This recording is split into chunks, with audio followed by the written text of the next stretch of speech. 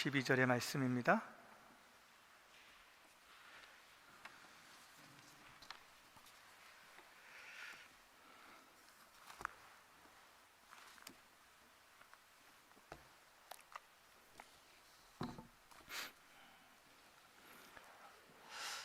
누가복음 2장 52절의 말씀입니다.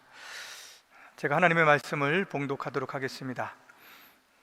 예수는 지혜와 키가 자라가며 하나님과 사람에게 더욱 사랑스러워 가시더라.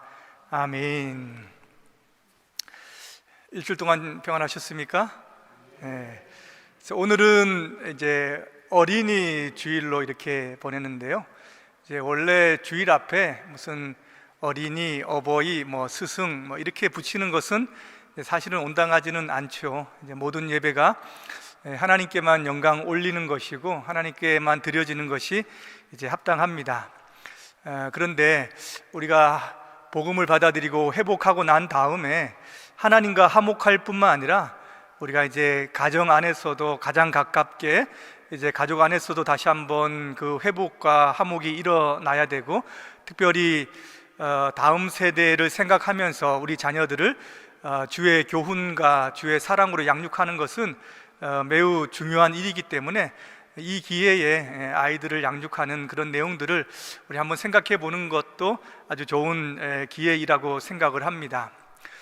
모든 부모님들은 우리 자녀들을 어떻게 양육할까에 대해서 사실은 굉장히 고민을 많이 합니다.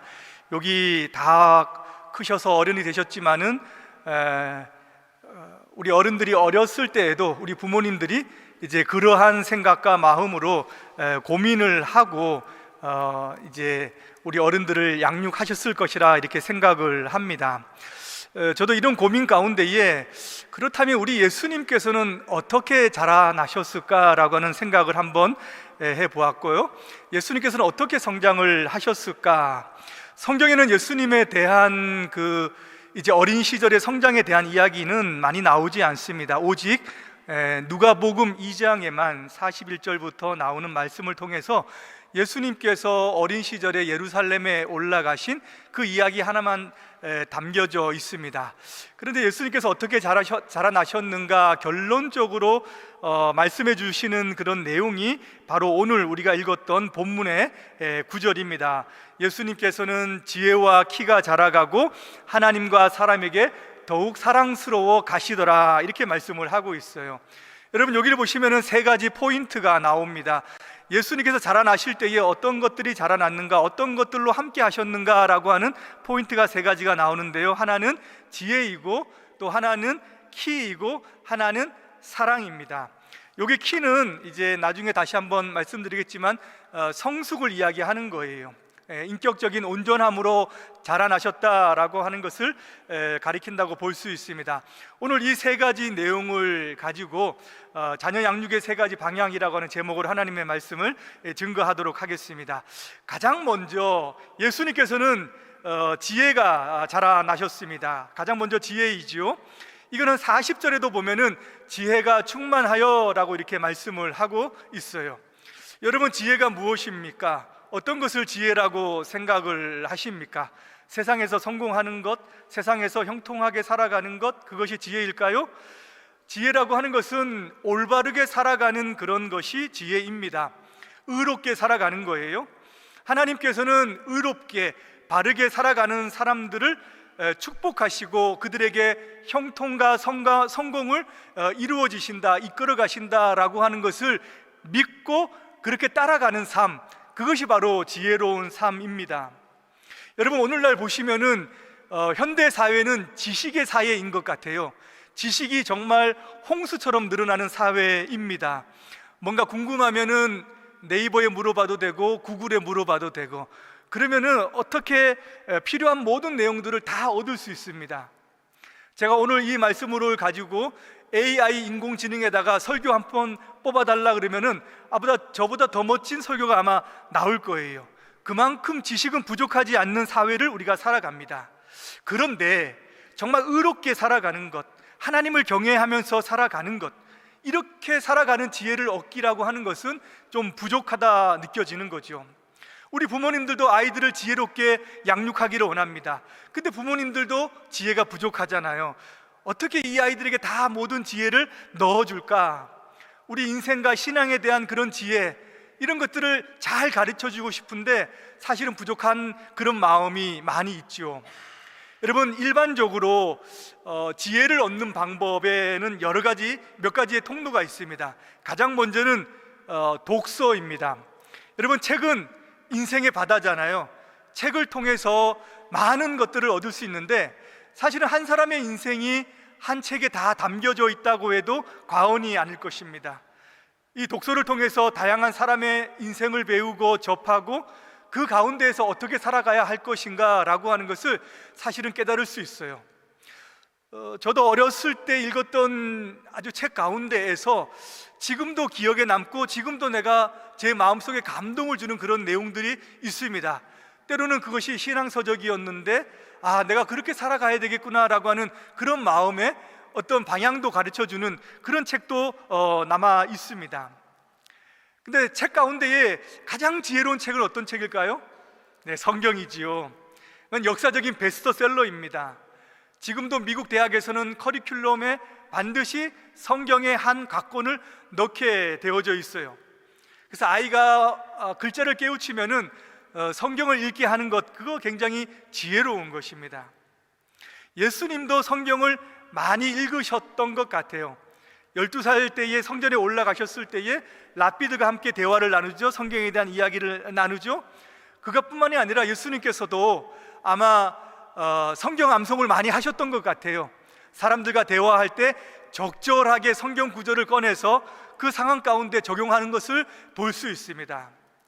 우리 아이들이 성경을 많이 읽고 또 성경 암송을 한다면은 때를 따라서 그렇게 적용할 수 있는 지혜가 있을 것이다 생각하는 거죠. 성경을 가까이 하는 것, 가까이 하게 하는 것, 부모의 지혜입니다. 또 어떤 지혜를 얻을 수 있을까? 어떻게 해서? 만남을 통해서 지혜를 얻을 수 있습니다. 지혜로운 사람을 만나는 거죠. 나에게 유익을 주는, 삶을 잘 이끌어주는, 또는 삶의 모델이 되어줄 만한 그런 사람들을 만나는 것, 그 중요합니다. 그래서 만남의 중요성은 말하지 않아도 우리가 다 알지 않습니까? 좋은 스승을 만나고 좋은 이웃을 만나고 좋은 친구를 만나는 것 굉장히 중요합니다. 그래서 어렸을 때부터 친구 잘 사귀어라 이렇게 얘기하지요. 친구 따라 강남 간다 이렇게 이야기를 합니다. 하나님께서는 사람을 통해서 그 사람의 인생을 올바르게 이끌어 나가시기도 한다는 거예요. 우리가 지난주에 이제 루터의 그런 이제 바트 부엌이나 이런 곳을 다녀왔었는데, 루터를 이끌어준, 종교개혁을 이끌어준 사람 가운데에 수도 원장이었던 스타우피츠라고 하는 사람이 있습니다.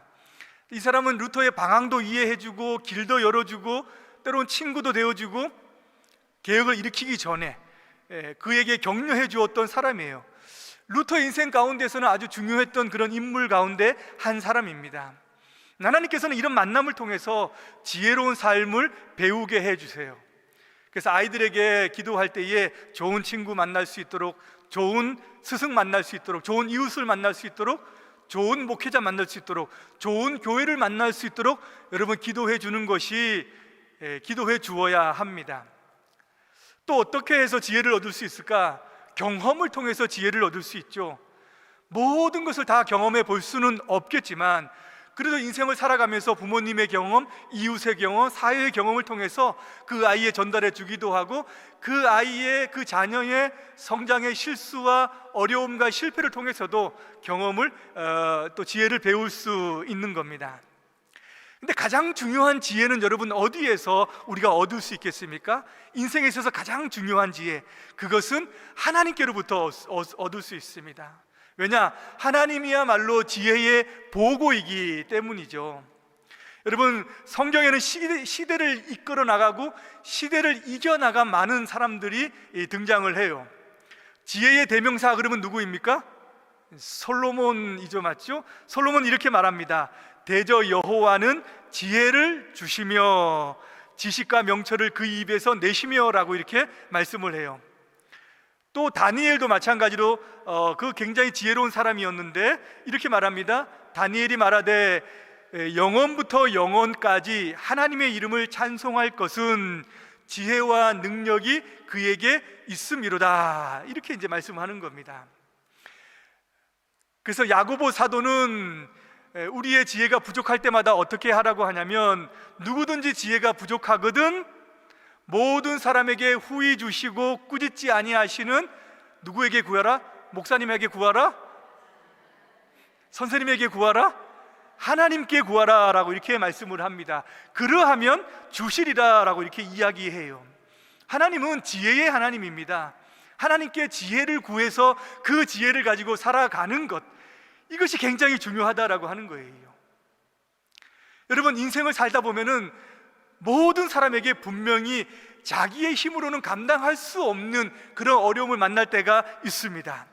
위기를 만날 때가 있다는 거예요. 그것을 헤쳐나가기가 어려울 때를 만납니다. 그러면 그 위기를 헤쳐나갈 수 있는 지혜는 어디에 있느냐? 하나님께 있다는 거죠. 하나님으로부터 그 지혜를 받아서, 그 능력을 받아서 그 위기를 극복해 나가는 것이야말로 지혜로운 삶입니다. 여러분, 다니엘은 굉장히 지혜로운 사람이라고 말씀을 드렸거든요. 그가 어떻게 얘기하냐면, 그 지혜와 총명이 온 나라 박수와 술객보다 10배나 나온 줄을 아니라. 이게 다니엘서 1장에 나오는 마지막 다니엘에 대한 평가입니다. 그 시대 모든 사람들보다 10배나 많은 굉장히 지혜로운 사람이었어요. 근데 그때 위기가 찾아옵니다. 왕이 꿈을 꾸는데 나라의 모든 지혜자들에게 내 꿈을 해석하라라고 이렇게 이야기하죠. 근데 바벨론 지혜자들 중 가운데에 아무도 그 꿈을 해석하는 사람이 없습니다. 그러니까 왕이 화가 나서 다 죽여라라고 하는 명령을 내리죠. 그 다니엘도 죽을 위기에 이제 처합니다. 이때 다니엘은 지혜로운 사람이니까 어떻게 해야 되겠어요? 자기가 가지고 있는 지혜로 그것을 풀어 나가겠죠, 맞죠? 그런데 성경은 어떻게 이야기하냐면, 그는 친구들을 만나가지고 이 사실을 알리고 하나님께 같이 기도합니다. 이 위기를 헤쳐나갈 수 있도록 하나님께 지혜를 구한다라고 하는 거예요. 가장 뛰어난 지혜를 가진 사람도 이 세상을 살아갈 때에 자기가 감당하지 못할 만한 그런 위기가 만났을 때에 지혜롭다라고 하는 것은 지혜의 보고가 되시고 지혜의 원천이 되시는 그 하나님께 구해서 그 어려움을 헤쳐나가는 것, 그거야말로 가장 지혜로운 삶이다라고 볼 수가 있는 거죠. 그래서 지혜 있다라고 하는 것은 어떤 것을 이야기하느냐? 인생의 위기에 하나님께 구하는 것, 하나님을 찾는 것, 하나님을 통해서 살아가는 것, 그것이야말로 가장 지혜로운 삶이라고 이야기할 수 있습니다. 그래서 어린 아이들일수록 그것을 빨리 얘기해 줘야 되는 거예요. 하나님께 구해야 된다, 하나님께 기도해야 된다, 하나님께 찾아야 된다, 하나님께 네가 간구해야 된다, 하나님께서 너를 아끼신다, 하나님께서 너를 반드시 도우실 것이라고 하는 그런 생각과 마음을 어린 자녀들에게 계속 이야기해 줘야 되는 거예요. 우리도 마찬가지이지만 어려서부터, 그래서 솔직하게 이야기해야 됩니다. 나는 너의 참 아버지가 아니야, 미안하지만 너의 진짜 아버지는 하늘에 있는 아버지야 라고 이야기해 주면서 그 아버지에게 네가 찾아야 된다고, 구해야 된다고, 네가 원하는 것들, 너 인생의 위기는 그분밖에 도와줄 수 없다라고 하는 것, 네가 그분과 함께 살아가는 것, 그분의 능력을 덧입는 것이 가장 지혜로운 것이야 라고 어려서부터 계속 솔직하게 인정하고 이야기해 주어야 됩니다. 그렇게 할 때에 이 아이들이, 우리 자녀들이 지혜롭게 성장하는 거예요. 두 번째는 성숙한 사람으로 자녀를 길러야 합니다. 예수님께서는 지혜와 키가 자라갔다라고 말씀을 하죠. 여기 키가 자라갔다라고 하는 것은 어릴 때는 쪼만했는데 이제 점점점 키가 컸다라고 하는 그런 의미가 아닙니다. 이런 발육의 성장에 대한 말씀은 1장 40절에 나오고 있어요. 1장 40절에 보면 아이가 자라며 라고 이렇게 나오거든요. 그때 그 자란다라고 하는 것이 바로 성장한다, 키가 자라고 육체가 자란다라고 하는 그런 의미입니다. 근데 여기서 키가 자라가며 라고 할 때 이 말씀은 진보하다, 발전하다라고 하는 그런 의미를 가지고 있어요. 단지 몸이 자랐다라고 하는 것이 아니라 그 예수님께서 인격적으로 성숙했다, 인격적으로 품이 있는 사람으로 성장했다라고 하는 것을 의미해요. 여러분, 예수님이 성숙하게 정말 품이 있는 사람으로 성장하셨다라고 하는 것은 어떤 것일까요? 우리는 예수님에 대한 너무나도 큰 환상과 가장 이상적인 것을 가지고 있지만은 예수님도 사람이셨거든요. 사람의 모습으로 성장하셨습니다. 예수님의 인생을 쭉 보게 되면은 예수님은 정말 많은 사람들과, 다양한 사람들과 거리낌 없이 다 어울리셨던 것을 보게 됩니다.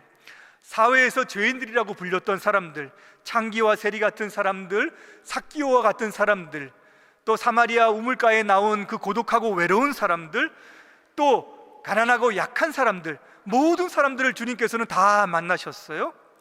사회의 약자들. 근데 반대로 보면 또 사회에 굉장히 지도층하고도 꺼리낌 없이 만나신 것을 볼 수 있습니다. 니고데모와 같은 사람들하고 만나서 예수님께서 말씀하시고, 또 바리새인과 서기관 같은 사람들하고도 식사 자리를 함께 하셨다라고 하는 것을 우리는 성경을 통해서 확인할 수 있죠. 모든 사람들과 어울리고 많은 사람들에게 좋은 영향을 미치는 그런 분이 예수님이셨습니다. 어떻게 그렇게 하실 수 있었을까? 예수님의 성품 때문입니다.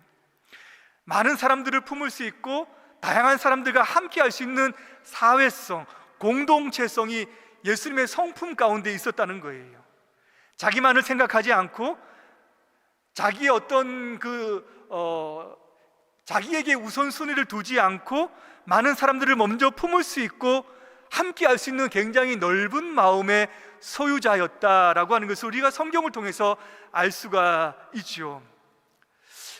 예수님의 성품은 어떤 성품이었을까? 예수님은 자신의 성품을 자기 스스로 소개하신 적이 있습니다. 그렇죠? 수고하고 무거운 짐진 자들아 다 내게로 오라, 내가 너희를 쉬게 하리라 말씀하죠. 나에게 유익되고 나에게 도움이 되고 학식이 있고 재물이 있는 사람들 좀 나에게 와라, 나랑 같이 지내자라고 하는 것이 아닙니다. 수고하고 무거운 짐진 자들아, 누구든지 다 내게 오라라고 말씀을 하시면서 나는 마음이 온유하고 마음이 겸손하다라고 이렇게 말씀하셨습니다. 마음이 온유하고 마음이 겸손하다, 예수님의 성품이 바로 이 성품이셨어요. 온유한 성품이셨고 겸손한 성품이셨습니다.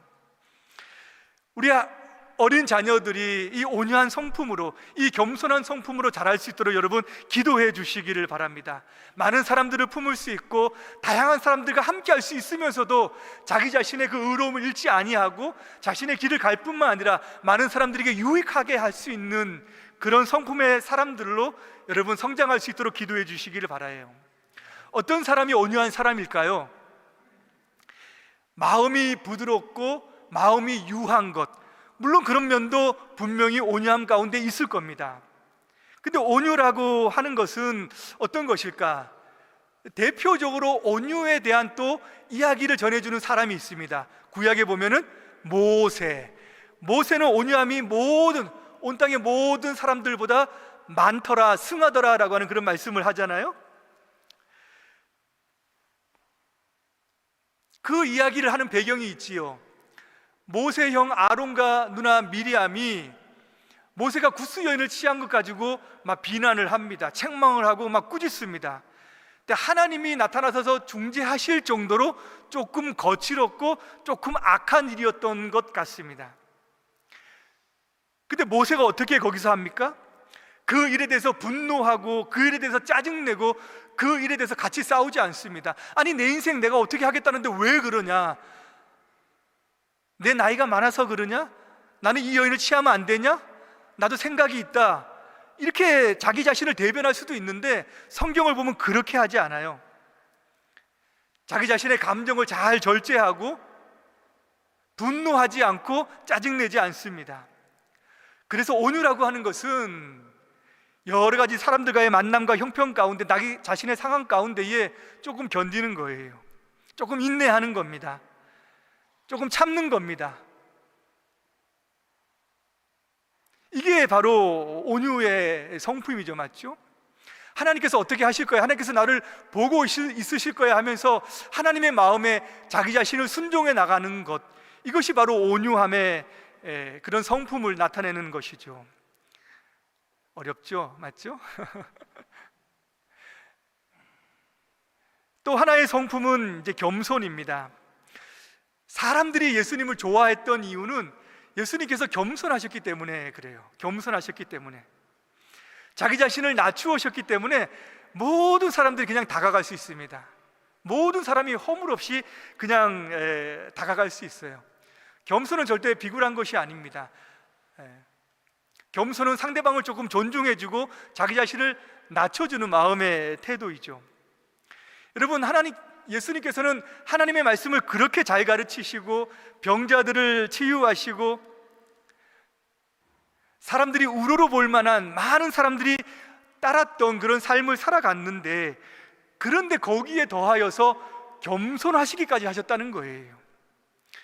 여러분, 오늘날 보면은 능력도 있고 힘도 있고 학식도 있고 재력도 있는데 겸손한 사람 만나는 거 정말 쉽지 않습니다. 정말 쉽지 않아요. 내가 뭐 하나 이렇게 가지고 있으면 벌써 뭐 이렇게 목이 올라가고 마음에 힘이 들어가는 것이 사람이거든요.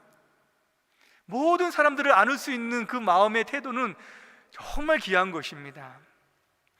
예수님께서 당시 서기관들과 바리새인들을 꾸짖고 책망했던 그 이유들이 뭐냐면은, 성경은 그렇게 나와요. 이들은 잔치집에 가면 높은 자리에 앉고 싶어하고 품위 있는 옷을 입고 다니면서 시장에서 인사받는 거 좋아하고, 그러면서 가난한 사람들의 재산을 취하고 또 외식하면서 살아갔다라고 이야기해요. 사람들이 존경할 만한 그런 학식이 높고 또 배울 만한 것이 있음에도 불구하고 그것을 가지고 사람들에게 과시하고 사람들에게 뭔가 받아내려고 하는 그런 태도와 마음 때문에 예수님께서 그거 안 된다라고 이렇게 이야기하셨던 거예요. 과거뿐만 아니라 오늘날도 마찬가지입니다. 여러분, 정치 지도자들에게 실망하는 이유들 뭡니까? 그들의 능력이 부족해서 여러분 실망하세요? 아니요, 그들의 능력은 출중합니다. 그 능력으로 겸손할 줄 모르잖아요. 오만하고 자만하고 거만한 그런 태도들을 보게 되면은 우리는 좀 마음에 정이 뚝 떨어지는 그런 마음을 가지지 않습니까? 근데 예수님이 참 겸손하셨다라고 하는 것, 그분의 성품이 많은 사람들을 자기가 가지고 계시는, 예수님께서 가지고 계시는 그 하나님의 나라와 하나님의 그 뜻을 펼치기에 너무 좋으셨던 거예요. 많은 사람들이 저절로 자기 자신에게 오고 받아줄 수 있었기 때문에 이런 예수님의 성품을 우리 자녀들에게 가르쳐야 되는 거예요. 아이들 짜증내고 징징거리고 토라주면은 잘 타일러서 그렇게 하지 않도록 바로 잡아줘야 될 줄로 믿습니다. 세 번째 키포인트는 뭐예요? 사랑입니다. 사랑으로 키워야 합니다. 예수님은 하나님과 사람에게 더욱 사랑스러워 가시더라 라고 이렇게 말씀을 해요. 사랑스러워 가시더라. 이 말씀을 보면은, 야, 그래, 예수님 정도가 되시니까 사람들에게 사랑받을 만 했지, 사랑받을 만한 그런 모습과 태도가 예수님의 어린 시절부터 나왔지라고 하는 그런 생각을 우리가 합니다. 사랑스러운 존재로 예수님의 모습이 드러났다라고 생각을 해요. 그런데 성경에는 다른 번역을 보면 그렇게 이야기하지 않습니다. 하나님과 사람에게 더욱 사랑을 받았다. 굉장히 중요한 포인트입니다.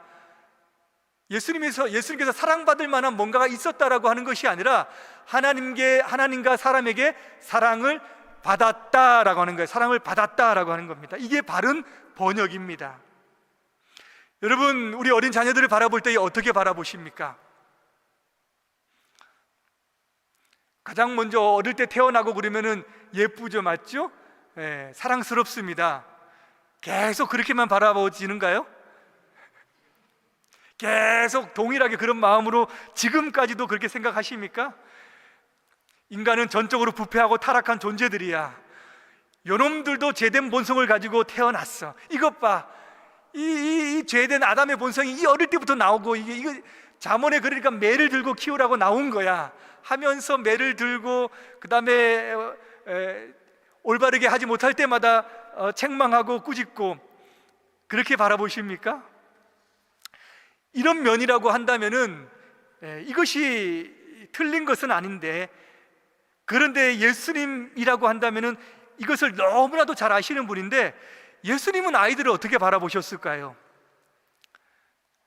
마태복음 18장 2절은 이렇게 말씀해요. 너희가 돌이켜 어린 아이들과 같이 되지 아니하면 결단코 천국에 들어가지 못하리라.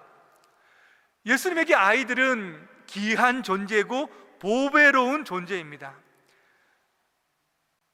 그냥 그런 존재입니다. 예수님께서 천국을 말씀하실 때에 보통 자연을 가지고 많이 비유를 하셔요. 나무를 가지고 비유를 하시기도 하고, 씨 뿌리는 것을 가지고 비유하시기도 하고, 추수를 가지고 비유하시기도 합니다. 근데 유감스럽게도 어른들을 보시고는 천국의 이야기를 하신 적이 없어요. 그런데 유독 아이들에게는 이 아이들 같이 되지 않으면, 이 아이들처럼 되면은 천국은 이 아이들의 것이다라고 이렇게 말씀하신 것이 유일합니다. 예수님은 자녀들을 보실 때, 아이들을 보실 때 그냥 천국으로 보셨다는 거예요. 보배로운 존재고 가치 있는 존재고 귀한 존재다라고 하는 것으로 예수님께서는 보셨다라고 하는 겁니다. 여러분, 복음은 옳은 소식이 아닙니다. 복음은 좋은 소식이에요. 좋은 소식, 복된 소식입니다.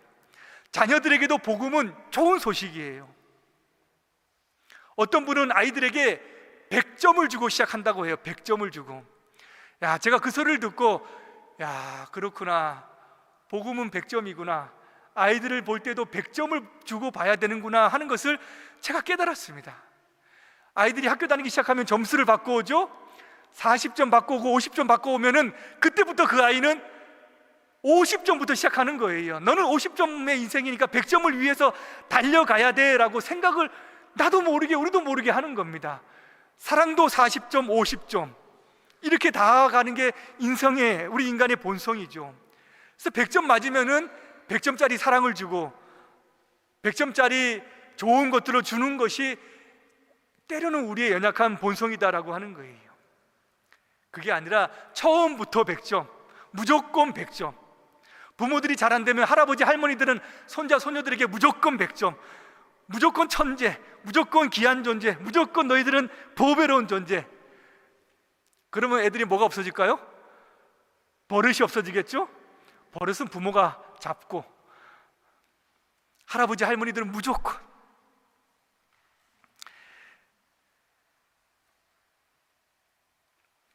부모와 자녀 가운데 여러분 소통을 잘 하고 가십니까? 소통하면서 아이들에게 사랑을 주세요.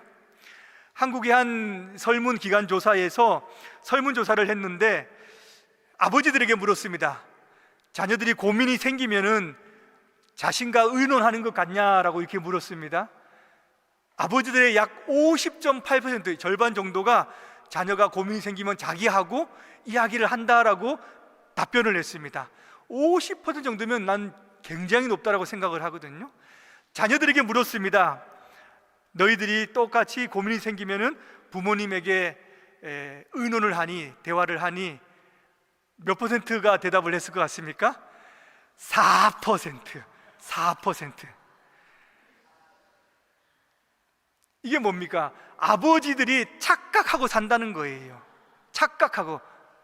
자녀들에게 충분히 내가 사랑을 주고 나하고 지금 관계가 좋다라고 생각하는 겁니다. 근데 그렇게 해서는 안 되죠. 착각한다라고 생각하고, 내가 지금 착각하고 있다라고 생각하고, 나의 자녀들을 향한 사랑과 그 마음을 늘 표현해야 된다라고 생각을 하고 적극적으로 할 때 한 10%, 20% 정도 올라갈 것 같다는 생각을 해요. 여러분, 압살롬이 다윗을 향해서 반역을 하죠, 맞죠? 왜 그렇게 되었을까? 압살롬이 나쁜 짓을 하고 아버지를 떠나 도망갔을 때에 다윗이 그를 그리워할 때 다시 돌아옵니다. 여러분, 그 돌아오는 장면을 보면은 그냥 포옹하고 입맞춤을 하고 끝나버려요. 우리는 볼 때 포옹하고 입맞춤 했으니까 괜찮았나 보구나 했는데 아니에요. 그 당시에 포옹과 입맞춤은 그냥 의례적인 인사법입니다. 그걸로 그냥 더 이상 없는 거예요. 압살롬에게 있었던 것이 아버지의 사랑의 부재였다라고 하는 거예요. 여러분, 어린 아이들만 아버지의 사랑을 갈구하는 것이 아니라 어른들도 아버지의 사랑을 갈구한다는 것 여러분 기억하시기 바라요. 자녀는 자기 자신이 하나님뿐만 아니라 우리 부모님의 사랑을, 내가 충분한 지지를 받고 있고 충분한 사랑을 받고 있다라고 느껴야 됩니다. 느껴야 된다는 거예요. 우리 부모님이 이유 없이 나를 사랑한다라고 느껴야 됩니다. 그래서 자녀들에게 사랑받을 만한 조건, 사랑받을 만한 이유를 찾으면은 안 됩니다. 찾으면 안 돼요. 그냥 무조건적으로 사랑을 해 주어야 됩니다. 내가 우리 가정 가운데서 사랑을 받고 있구나, 내가 지지를 받고 있구나, 내가 응원을 받고 있구나 라고 하는 것이 충분히 느껴져야 된다라고 하는 거예요. 부모는 하나님의 대리자들입니다. 하나님이 그 자녀들을 사랑하시고 존귀하게 여기신다라고 하는 것을 부모들을 통해서 알려주어야 돼요. 우리 부모님들 진짜 부모 아닙니다. 그냥 하나님께서 맡겨주신 거예요. 자기가 모든 것을 주관하고 있는 것처럼 착각해서는 안 됩니다. 그래서 우리 부모님들이 하나님의 사랑을 자기 자신을 통해서 충분하게 우리 아이들에게 전달해 주어야 됩니다. 오늘부터 조건 이유 찾지 마세요. 그냥 무조건적으로 아이들을 사랑해 주시고 표현을 해 주시기 바랍니다.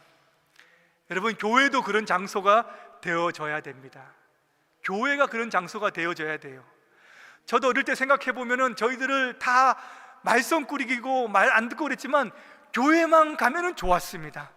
교회는 받아들여지는 곳, 교회는 우리를 쓰다듬어 주는 것, 교회는 아이들을 예뻐하는 것, 받아주는 것, 이유 불문하고 사랑해 주는 것, 그런 것이 교회가 되어져요. 그러면 나중에 다른 곳으로 가더라도 다시 교회로 돌아오는 거예요. 여러분, 우리 아이들 올 때마다 사랑해 주시길 바랍니다. 멋지다고 이야기해주고 훌륭하다고 이야기해주고 너희들이 최고다 그렇게 이야기해주고 항상 먹을 거 가지고 다니면서 먹을 것도 손에 쥐어주고, 그래서 나는 교회 가면 좋아라고 하는 것을 그냥 이유 없이 느끼는 그런 우리 아이들의 삶이 되기를 주님의 이름으로 축복합니다. 말씀을 맺도록 할게요. 예수님은 모든 우리 하나님의 자녀들의 모델입니다. 예수님은 모든 사람을 사랑했고 사랑을 또 받으셨습니다. 사람을 포용하셨고 세상을 섬기셨던 분이에요. 예수님처럼 위대한 인생을 산 사람은 없습니다. 위대한 발자취를 남기신 분도 없다는 거예요. 예수님은 어른으로 이 땅에 오시지 않고 어린아이로 오셨고 아기로 오셨고 어린아이의 성장 과정을 거치셨다라고 하는 것을 기억하시고, 우리 자녀들이 이 예수님이 자라셨던 발자취를 따라서 건강하게 믿음으로 자랄 수 있도록 여러분 기도해 주시고 축복해 주시기를 주님의 이름으로 바랍니다. 네, 기도하겠습니다. 하나님 아버지, 세상의 성공이 아닌 자녀로, 하나님 아버지 나라의 영광의 자녀로 우리 자녀들이 자랄 수 있도록 인도해 주시고, 예수님처럼 사람을 사랑하고 섬기고 이웃과 세상을 위한 꼭 필요한 자녀들로 성장할 수 있도록, 믿음과 복음 가운데에서 성장할 수 있도록 하나님 붙잡아 주시고 인도해 주시며, 우리 모든 부모와 모든 교사들과 우리 모든 성도들이 이 일을 위해서 기도하고 힘쓸 수 있도록 하나님 힘 주시고 능력 주시옵소서. 예수님의 이름으로 기도드리옵나이다. 아멘.